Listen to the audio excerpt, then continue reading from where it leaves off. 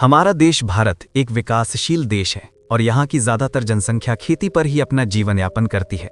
ऐसे में देश की आधे से ज्यादा आबादी का आर्थिक स्रोत जब खेती ही है तो उसे बढ़ाने के लिए भी तो कुछ करना ही पड़ता है ना।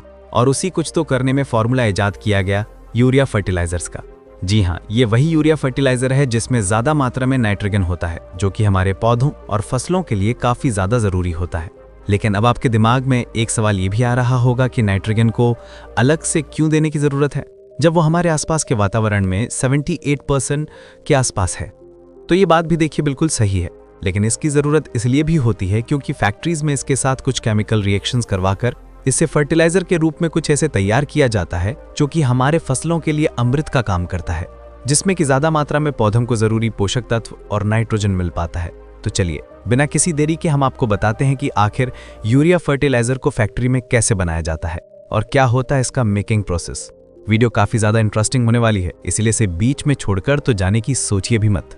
यूरिया के अंदर मेनली नाइट्रोजन होता है, जो कि हमारे पौधों और फसलों की ग्रोथ के लिए सबसे ज्यादा जरूरी होता है। इसीलिए यूरिया को बनाने के लिए सबसे पहले इस नाइट्रोजन गैस को लिक्विड या फिर सॉलिड में कन्वर्ट करना पड़ता है, जिसके लिए तमाम तरह के प्रोसीजर्स को अपनाया जाता है। और इस प्रोसेस को आसान बनाने के लिए कई बड़ी बड़ी फैक्ट्रीज को भी लगाया जाता है। वैसे तो अब 80% यूरिया इंडिया में ही बना लिया जाता है, पर बावजूद इसके 20% यूरिया हमें अभी भी बाहर से ही मंगवाना पड़ता है। फैक्ट्रीज में इस यूरिया को बनाने का काम कुल 3 स्टेप्स में पूरा किया जाता है, जिसमें सबसे पहले लिक्विड यूरिया को तैयार करने का काम शुरू होता है। अब ये तो हम आपको ऊपर ही बता चुके हैं ना कि यूरिया के अंदर नाइट्रोजन गैस होती है। ऐसे में इस नाइट्रोजन गैस को एटमॉस्फेयर से कलेक्ट किया जाता है, क्योंकि हमारे वातावरण में 78% नाइट्रोजन गैस पाई जाती है। ये तो आपने अपने बचपन की किताबों में भी पढ़ा होगा। अब इस प्रोसेस के बाद इस नाइट्रोजन को फैक्ट्रीज में हाइड्रोजन के साथ मिक्स करके इसको प्रोसेस करवाया जाता है और इस तरीके से हमें अमोनिया गैस मिल पाती है।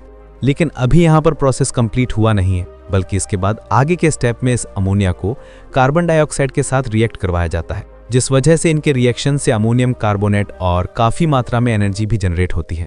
वैसी एनर्जी यहाँ पर वेस्ट नहीं जाती है, क्योंकि इसे आगे के लिए यूज कर लिया जाता है और कुछ इसी तरीके से फर्स्ट स्टेज भी हमारा फिनिश हो जाता है। अब बारी आती है सेकंड स्टेज की, जिसमें लिक्विड अमोनियम कार्बोनेट में और टेम्परेचर को ऐड किया जाता है, ताकि उससे पानी को इससे अलग किया जा सके और हमको ज्यादा से ज्यादा सॉलिड अमोनियम कार्बोनेट ही मिल सके। अब वैसे अगर आपने कभी नोटिस किया होगा तो आपने देखा होगा यूरिया जो होता है ना, वो काफी छोटे छोटे दाने में होता है। तो सवाल अब ये उठता है कि इतने बड़े अमाउंट से इतने छोटे छोटे दाने आखिर कैसे बनाए जाते हैं। तो इसके लिए एक एक्स्ट्रा प्रोसेस होता है, जिसमें इन्हें एक बड़े से कूलिंग टावर से होकर गुजारा जाता है और इनको छोटे छोटे टुकड़ों में कन्वर्ट किया जाता है। वैसे ये बड़े बड़े टावर्स जनरली कुछ और नहीं बल्कि बड़ी बड़ी चिमनियां होती हैं, जो कि गर्म गैस को ठंडा करने का काम करते हैं और फिर उसके बाद उसे फ्री एटमॉस्फेयर में छोड़ दिया जाता है। ऐसा करना इसलिए भी जरूरी होता है क्योंकि सरकार की तरफ से ये सख्त गाइडलाइंस हैं कि गर्म गैस को ऐसे ही सीधे वातावरण में नहीं छोड़ा जा सकता है, इसीलिए इसे ठंडा करना बहुत ही जरूरी है और ये वातावरण को ध्यान में रखते हुए एक जरूरी कदम है। और यही वजह भी है कि इन चिमनियों को काफी बड़ा और ऊंचा ऊंचा बनाया जाता है, ताकि ऊपर पहुंचते पहुंचते ये गैसेस ठंडी हो जाएं। लेकिन यहाँ पर यूरिया के केस में इन कूलिंग टावर्स का काम लगभग अलग ही होता है। इसमें ऊपर से अमोनियम कार्बोनेट को स्प्रे किया जाता है और नीचे से ठंडी हवाओं को छोड़ा जाता है। ऐसा करने से दोनों बीच में जाकर जहां पर मिलते हैं वहां पर अमोनियम कार्बोनेट छोटे छोटे टुकड़ों में टूट जाता है और टावर के नीचे कलेक्ट भी हो जाता है। यहाँ पर एक प्लेट की मदद से इन बॉल्स को इकट्ठा किया जाता है और इन्हें कन्वेयर बेल्ट के ऊपर से पास करवाया जाता है। अब इसके बाद अगली प्रोसेस की बारी आती है नीम कोटेड यूरिया की, जो कि आजकल मार्केट में धड़ल्ले से मिलने लगा है। दरअसल इसकी कोटिंग इसलिए जरूरी होती है क्योंकि बिना इसके कई इंडस्ट्रीज के द्वारा इस यूरिया और इस पर मिलने वाली सब्सिडी का मिसयूज किया जाता था। जब हमारे भारत देश में हरित क्रांति की शुरुआत हुई थी, उस वक्त किसानों के उत्पादन को बढ़ाने के लिए और उन्हें यूरिया के दामों में रियायत देने के लिए सरकार की तरफ से यूरिया की खरीदी पर सब्सिडी दी जाती थी, जिसमें 250 से लेकर 20 लाख रुपए तक की हुआ करती थी। अब इसकी वजह से सरकार पर एक एक्स्ट्रा बर्डन आ रहा था। अब उसी बर्डन को कम करने के लिए इस पर नीम का स्प्रे किया गया, जिसके बाद कोई भी फैक्ट्री इसे इंडस्ट्री में यूज ही नहीं कर पाएगी, क्योंकि ये यूरिया फिर उनके किसी काम का रहे ही नहीं जाएगा। साथ ही नीम के स्प्रे करने से एक फायदा ये भी हुआ कि नीम जमीन के अंदर जाकर पौधों को नुकसान पहुंचाने वाले तमाम हानिकारक तत्वों और कीटों को भी जड़ से खत्म कर दिया गया। अगर हम केमिकल और फर्टिलाइजर मिनिस्ट्री की माने तो साल 2015 और 16 में देश में यूरिया का उत्पादन 95 मिलियन से कुछ ज्यादा का था, जो कि 2018 और 19 में बढ़कर 31.5 मिलियन टन के आसपास पहुंच गया। वैसे आपने यूरिया के बनने का प्रोसेस तो आप जान लिया, लेकिन चलिए आपको इसमें एडिशनल इन्फॉर्मेशन भी हम दे ही देते हैं कि आखिर इन यूरिया को खेतों में अप्लाई कैसे करते हैं।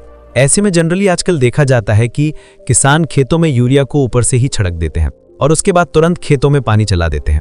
लेकिन उन्हें ये नहीं पता होता है कि ऐसा करके वो यूरिया के असर को खत्म कर रहे हैं और इससे उनके यूरिया डालने का सारा खर्चा भी बर्बाद ही जा रहा है। क्योंकि जैसे ही यूरिया का पानी से संपर्क होता है फिर ये अमोनियम गैस में बदल जाता है और ये गैस आसानी से हमारे वातावरण में घुल जाता है।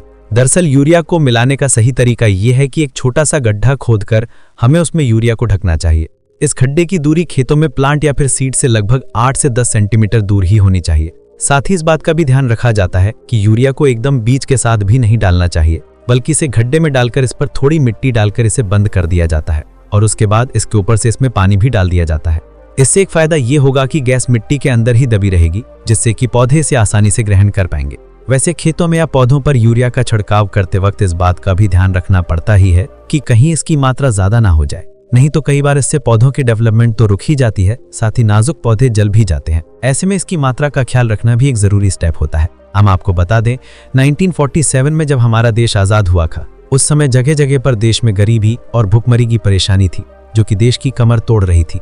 ऐसे में देश की सरकार इस बात के लिए लगातार प्रयासरत थी कि कैसे देश से इस गरीबी और भुखमरी को दूर किया जाए। जब पूरे विश्व में एग्रीकल्चर को बढ़ावा देने के लिए लगातार रिसर्च करी जा रही थी, उस समय प्रोफेसर नॉर्मन बोरलॉग ने गेहूं की एक हाइब्रिड प्रजाति को डेवलप किया। लेकिन भारत में एग्रीकल्चरल रेवोल्यूशन को जन्म देने वाले MS स्वामीनाथन को माना जाता है। 1960 के आसपास जब एक बार फिर से देश में हालात बद से बदतर होने लगे, तब सरकार ने विदेशों से हाइब्रिड गेहूं के बीज मंगवाए।